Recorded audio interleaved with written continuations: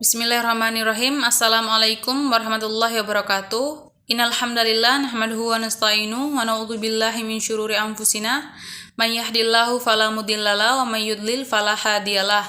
Asyhadu la ilaha illallah wa asyhadu anna Muhammadan abduhu wa rasuluhu la nabiyya ba'da. Pertama-tama mari kita panjatkan puja dan puji syukur kita kehadirat Allah Subhanahu wa taala karena atas berkat rahmat dan hidayahnya kita masih bisa bertemu di tempat yang insyaallah penuh berkah ini. Salat serta salam tak lupa pula kita haturkan kepada junjungan kita Nabi besar Muhammad sallallahu alaihi wasallam karena atas berkat beliau kita masih bisa merasakan nikmatnya Islam sampai saat sekarang. Langsung saja untuk mempersingkat waktu kita masuk pada tema kita yaitu saya akan mempresentasikan materi saya yang berjudul supervisi manajerial. Kita masuk pada poin pertama yaitu pengertian supervisi manajerial. Supervisi adalah kegiatan yang dilakukan oleh pengawas satuan pendidikan dalam rangka membantu kepala sekolah, guru dan tenaga kependidikan lainnya guna meningkatkan mutu dan efektivitas penyelenggaraan pendidikan dan pembelajaran. Supervisi ditujukan pada dua aspek yaitu manajerial dan akademik, yakni supervisi manajerial menitikberatkan pada pengamatan aspek-aspek pengelolaan dan administrasi sekolah yang berfungsi sebagai pendukung terlaksananya pembelajaran. Sedangkan supervisi akademik menitikberatkan pada pengamatan supervisi pada kegiatan akademik berupa pekerjaan yang baik di dalam maupun di luar kelas. Kemudian dalam panduan pelaksanaan tugas pengawas sekolah atau madrasah dalam buku Direktorat Tenaga Pendidikan tahun terbit 2019 halaman 20 dinyatakan bahwa supervisi manajerial adalah supervisi yang berkenaan dengan aspek pengelolaan sekolah atau madrasah yang terkait langsung dengan peningkatan efisiensi dan efektivitas sekolah yang mencakup perencanaan, koordinasi, pelaksanaan, penilaian, pengembangan kompetensi sumber daya manusia kependidikan dan sumber daya lainnya. Kita masuk pada poin kedua yaitu tujuan, prinsip, peranan, dan sasaran supervisi manajerial. Kita masuk pada poin pertama yaitu tujuan. Tujuan supervisi manajerial ialah memupukkan enabling kepala sekolah, guru, dan tenaga kependidikan dan kinerjanya dalam mengelola dan memimpin sekolah atau madrasah untuk meningkatkan mutu penyelenggaraan pendidikan di madrasah secara berkelanjutan. Kita masuk pada poin kedua yaitu prinsip. Prinsip yang harus dipenuhi dalam supervisi manajerial adalah yang pertama yaitu pengawas harus menjauhkan diri dari sifat otoriter di mana bertindak sebagai atasan dan kepala sekolah atau guru sebagai bawahan. Yang berikut adalah supervisi harus mampu menciptakan hubungan kemanusiaan yang harmonis. Yang berikut supervisi harus dilakukan secara bersinambung. Yang berikut supervisi harus demokratis. Program supervisi harus integrasi, supervisi harus komprehensif, supervisi harus konstruktif, supervisi harus objektif. Kita masuk pada poin berikut yaitu peran. Dalam buku Jerry H. Makawibang tahun terbit 2011 halaman 79 dalam melaksanakan supervisi manajerial, pengawas sekolah memiliki peran khusus sebagai berikut yaitu konseptor. Konseptor yaitu menguasai metode, teknik, dan prinsip-prinsip supervisi dalam rangka meningkatkan mutu pendidikan di sekolah. Yang kedua, programmer. Programmer yaitu menyusun program pengawasan berdasarkan visi, misi, tujuan, dan program pendidikan di sekolah. Yang ketiga, komposer yaitu menyusun metode kerja dan instrumen pengawasan yang diperlukan untuk melaksanakan tugas pokok dan fungsi kepengawasan di sekolah. Yang keempat, reoter, yaitu melaporkan hasil-hasil pengawas dan menindaklanjutkan untuk memperbaiki program pengawasan berikutnya di sekolah.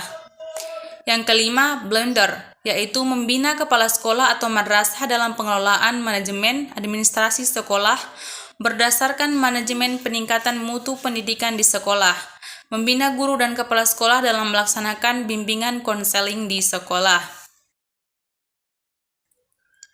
Yang berikut masuk pada sasaran. Sasaran supervisi manajerial adalah membantu kepala sekolah dan tenaga kependidikan di sekolah di bidang administrasi sekolah yang meliputi yang pertama administrasi kurikulum, yang kedua administrasi keuangan, yang ketiga administrasi sarana prasarana atau pelengkapan, Yang keempat, administrasi tenaga kependidikan. Yang kelima, administrasi kesiswaan. Yang keenam, administrasi hubungan dan masyarakat. Yang ketujuh, administrasi persuratan dan pengarsipan. Kita masuk pada poin ketiga, yaitu kompetensi supervisi manajerial. Kompetensi utama seorang supervisor manajerial terletak pada kemampuan personalnya. Persyaratan untuk semua supervisor yaitu teknikal, human, manajerial, atau administratif. Ketiga kompetensi tersebut disebut penggabungan keterampilan atau skill mix. Keterampilan manajerial terdiri dari perencanaan, organisasi, staffing, pendelegasian tanggung jawab, manajemen. Keterampilan manajerial supervisor mencakup kemampuan menghubungkan kerja unit dengan unit yang lain bagian dari lembaga pendidikan. Jadi, seorang supervisor harus mengetahui pengetahuan tentang substansi yang dipantau dan dievaluasi, memiliki keterampilan berhubungan dengan orang yang lain yang termasuk berkomunikasi, dan memiliki keterampilan dalam mengelolanya. Kompetensi-kompetensi yang harus dimiliki oleh supervisor yaitu mampu melakukan supervisi sesuai prosedur dan teknik-teknik yang tepat, mampu melakukan monitoring, evaluasi, dan pelaporan program pendidikan sesuai dengan prosedur yang tepat, memahami dan menghayati arti, tujuan, dan teknik supervisi, menyusun program supervisi pendidikan, melaksanakan program supervisi pendidikan, memanfaatkan hasil-hasil supervisi, melaksanakan umpan balik dari hasil supervisi. Adapun kompetensi yang harus dimiliki seorang supervisor dalam melaksanakan tugas dan tanggung jawab dalam rangka pembinaan dan penyelenggaraan terhadap peningkatan mutu pendidikan adalah sebagai berikut. Yang pertama adalah kepribadian, yang kedua manajerial. Kita masuk pada poin keempat, yaitu metode dan teknik supervisi manajerial. Yang pertama adalah metode-metode supervisi manajerial, yaitu monitoring dan evaluasi. Monitoring adalah suatu kegiatan yang ditujukan untuk mengetahui perkembangan pelaksanaan penyelenggaraan sekolah, sedangkan evaluasi ditujukan untuk mengetahui tingkat kesuksesan pelaksanaan penyelenggaraan sekolah atau keberhasilan yang telah dicapai dalam kurun waktu tertentu. Yang kedua adalah refleksi dan FGD. Sesuai dengan paradigma baru, manajemen sekolah yaitu pemberdayaan dan partisipasi, maka judgement keberhasilan atau kegagalan sebuah sekolah dalam pelaksanaan program atau mencapai standar bukan hanya menjadi otoritas pengawas sekolah. Ketiga, metode Delphi. Metode Delphi merupakan cara yang efisien untuk melibatkan banyak stakeholder sekolah tanpa memandang faktor-faktor status yang sering menjadi kendala dalam sebuah diskusi atau musyawarah. Yang berikut adalah workshop. Workshop merupakan salah satu metode yang dapat ditempuh oleh pengawas sekolah dalam melakukan supervisi manajerial. Penyelenggaraan workshop ini ditentukan sesuai dengan tujuan atau urgensinya dan dapat diselenggarakan bersama dengan kelompok kerja kepala sekolah atau organisasi sejenis lainnya. Kita masuk pada teknik-teknik supervisi manajerial. Teknik supervisi manajerial dibagi menjadi dua, yaitu teknik supervisi individual dan kelompok. Kita masuk pada poin pertama, yaitu teknik supervisi individual. Di sini adalah pelaksanaan supervisi yang diberikan kepada kepala sekolah atau personil lainnya yang mempunyai masalah khusus dan bersifat perorangan. Sedangkan teknik supervisi kelompok adalah suatu cara melaksanakan program supervisi yang ditujukan pada 2 orang atau lebih.